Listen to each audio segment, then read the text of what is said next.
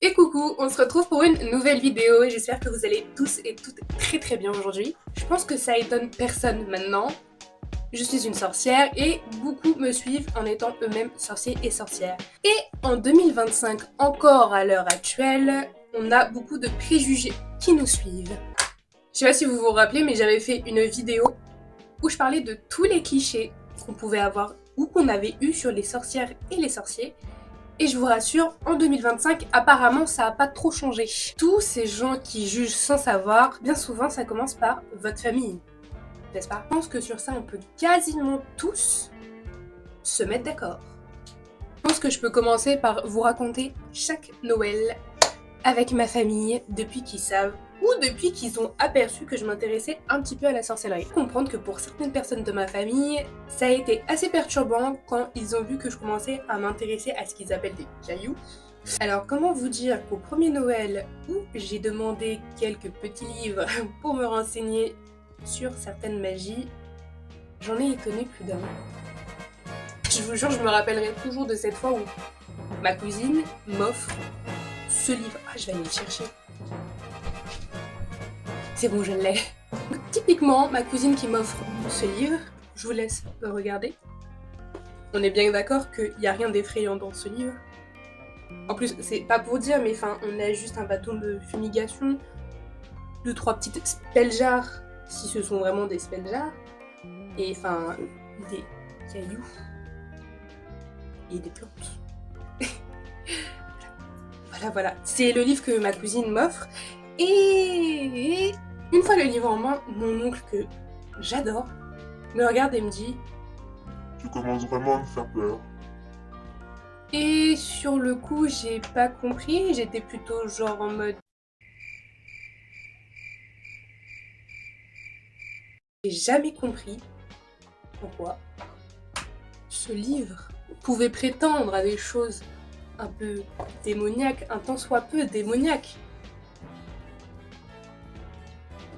Parce que je vous jure que j'ai des livres qui font vraiment plus peur que ça, à la couverture. Ouais. Nice. Et donc forcément, une fois que tu commences à recevoir un peu plus de cadeaux du même type, du genre des pierres, des bâtons de fumigation, une big boîte bleue. Dedans, il y avait plein de choses. Il y avait des spell jars, il y avait des plantes, il y avait des bougies, il y avait une dague. Il y avait quoi d'autre? Je sais plus. C'était une super grosse boîte et je ne l'ai plus parce qu'elle est chez mes parents, mais elle est énorme. Elle était genre bien grosse comme ça, large comme ça, vous voyez? Enfin, un truc incroyable. Alors imaginez la tête des personnes de ma famille quand ils ont vu la boîte. Damn! Voilà. Mais ça, c'est seulement le premier Noël. Donc forcément, le premier Noël, j'ai un peu choqué tout le monde. Aujourd'hui, ils sont un peu plus habitués et il faut dire que même maintenant, ils ne m'offrent que ça. Voilà. Ils ne m'offrent que ça. Pas que ça me déplaise, moi j'adore l'idée. C'est-à-dire que pour Noël, quand ils me cherchent un cadeau, désolé si vous croyez encore au Père Noël, quand ils me cherchent un cadeau, ils savent directement vers quel rayon aller pour moi. Ouais. Donc du coup, bah... je suis la moins prise de tête à Noël. Heureusement pour moi, ils n'ont pas accès à mes réseaux sociaux. Parce que là, je pense éventuellement qu'il y en a certains qui font des arrêts cardiaques. Et pourtant, il n'y a rien de très flippant sur mes réseaux. Alors n'imaginez même pas que je puisse leur dire que je suis en capacité de papoter avec des défunts. Imaginez juste l'angoisse, la crise, l'hystérie et l'euphorie que ça peut créer chez ma famille si déjà un simple bouquin sur des plantes, ça les perturbe. Ah mais alors là, je crois que c'est fini. Ah mais alors là, je crois que je les perds tous un à un. Fini, comme des mouches, elles tombent. Fini, finito, pipo. Et après, on va encore dire que c'est ma faute. Bien sûr, il y a quelques personnes de ma famille qui le savent. Après, c'est mon avis personnel. Mais je pense que faire ça au sein de sa famille, quand on démarre ou qu'on n'est pas assez confiant sur le sujet, je trouve pas que ce soit une bonne idée. Non, c'est pas une bonne idée. Non. Parler aussi que je sais tirer les cartes, alors imaginez encore plus le foutage de gueule. Je vous jure qu'un jour, j'essayerai. je vous promets, un jour, qu'on va se foutre de ma gueule. Non mais de toute façon, dans ma famille, je suis habituée. Je rigole, ils m'aiment quand même. J'espère. Bon, je passe pour une barge aux yeux de ma famille, mais on va dire qu'ils ont l'habitude avec moi. Donc ça va. Je vais pas me plaindre. Faut dire que mon style vestimentaire n'aide pas trop. Il aide clairement pas. Pour ceux qui me suivent et qui me connaissent, ils savent que le noir, c'est vraiment ma couleur fave et celle qui me va le mieux. Forcément, la première chose qui leur vient en tête quand ils me voient habillée comme ça, et surtout tout en noir et tout le temps, la première chose qu'on me dit c'est « Mais tu te prends pour une sorcière ?» Eh bien oui.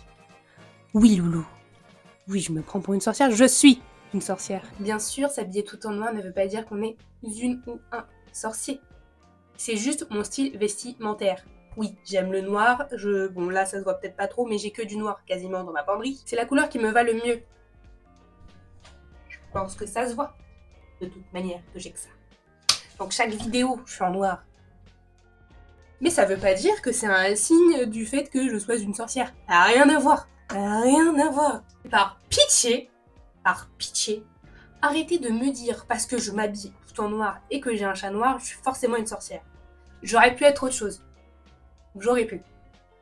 Mais c'est pas le cas. Et souvent on a aussi très vite d'associer le style un peu hippie, un peu la Misty Day dans American Horror Story.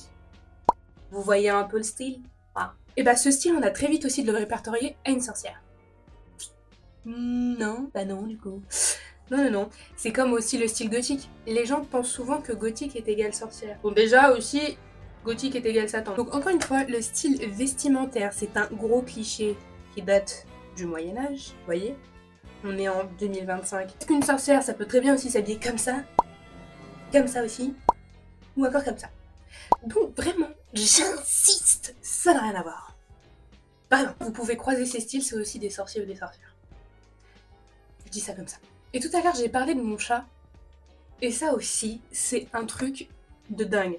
Alors oui, effectivement, peut-être que j'aide pas, ou plutôt que j'aide à alimenter les stéréotypes. Mon chat est un chat noir, je m'habille tout en noir. Ok, ça va, on a compris. Alors, en fait, ce que vous avez pas compris, c'est que mon chat, je l'ai même pas choisi. Généralement, c'est les animaux qui nous choisissent déjà de 1. Et de 2, mon chat, je l'ai récupéré de la rue. J'y peux rien si mon chat est de la même couleur que mes vêtements. J'y peux rien du tout. Il y a toujours forcément un goliot pour me dire ton chat, tout noir, tapis en noir, t'es une sorcière ou quoi? Oui, je le répète encore, oui, en 2025 c'est bien lourd. Ok, changer un peu de discours, ça nous ferait du bien. Ah oui, et puis il y a ça aussi, le fait que les gens pensent que quand on est sorcier ou sorcière, on ne peut pas être chrétien. Je sais que je vais faire débat, hein, mais je suis désolée de vous le dire. On peut être chrétien et on peut être une ou un sorcier. Ouais. Je pense que j'ai eu assez d'exemples dans ma vie pour me le montrer. Et des fois même, ça peut être de fervents chrétiens où on peut être choqué. Ouais. Mais tout ça, je vous le dis par expérience, par vécu. Hein, je l'invente pas, bien sûr. Vraiment, je l'invente pas. Hein. Il faut savoir que d'origine, je viens d'un pays très chrétien. Et plus d'une fois, il m'a été permise de voir une sorcière chrétienne. Et c'est hyper intéressant, je vous jure. Personnellement, moi, je pensais pas que c'était possible. Et quand j'ai vu le mélange des deux, je me suis dit waouh. Et c'est hyper intéressant de voir comment elles sont acceptées dans la société et parfois même critiquées. Encore une fois, n'attrapez pas ma veste les chrétiens, c'est par vécu que je le sais. C'est pas inventé. Ok ? Bon. Et comme on est dans la section religion-croyance, toutes les sorcières ne sont pas forcément satanistes ou païennes. Pour le coup.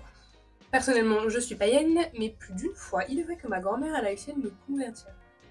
Et c'était assez drôle. Je pense que je vais parler d'un fléau qui empoisonne toutes les sorcières et les sorciers, la magie noire. Il y a toujours une personne pour venir nous associer à la magie noire. Non.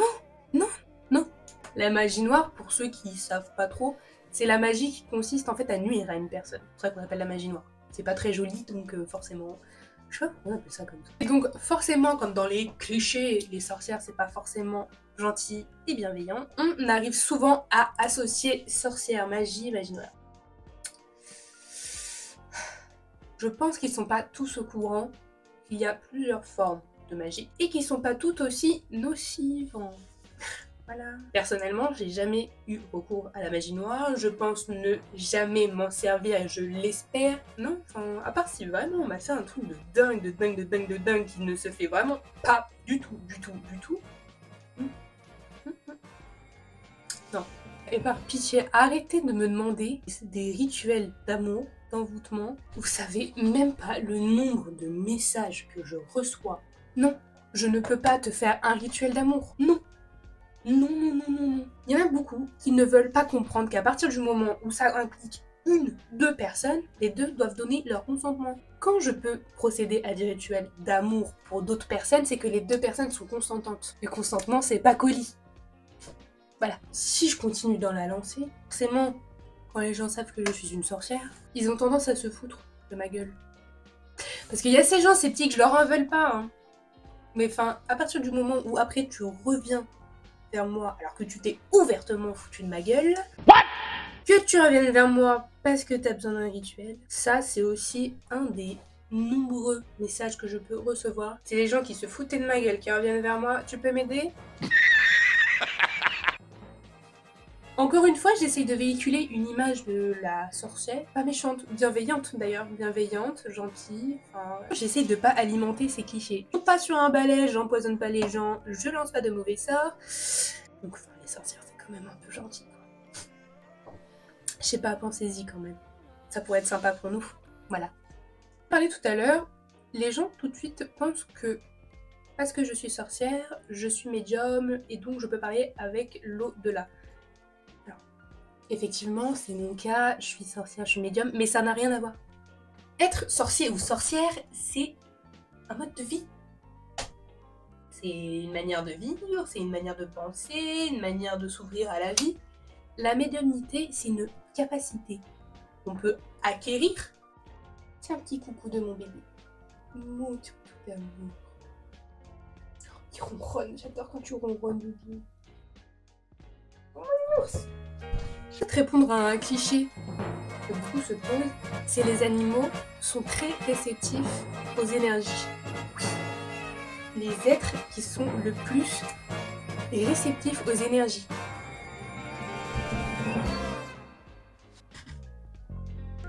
On va faire de lui une mascotte. Ça va être notre mascotte. Et Rose, bébé, tu seras notre mascotte. On a rien à foutre. Bon. Les animaux, c'est vraiment ces petits êtres qui sont tellement réceptifs aux énergies. Par exemple, Eros, mon chat, à chaque rituel, à chaque soin énergétique que je vais faire, peu importe ce que je vais faire, le chat sera toujours là. Toujours là. Et dans la maison, on est deux à pouvoir ressentir les défunts. Moi et le chat. Je sais pas si chez vous, les personnes sont pareilles. En tout cas, dis-moi en commentaire comment les gens y sont en 2025 quand tu leur dis que t'es une sorcière ou un sorcier. On va voir si on a des similitudes. J'espère que le format t'aura plu, c'est la fin de cette vidéo. N'oublie pas de liker, de partager, de commenter et de t'abonner à ma chaîne. Et on se retrouve la prochaine fois pour une nouvelle vidéo. Bisous!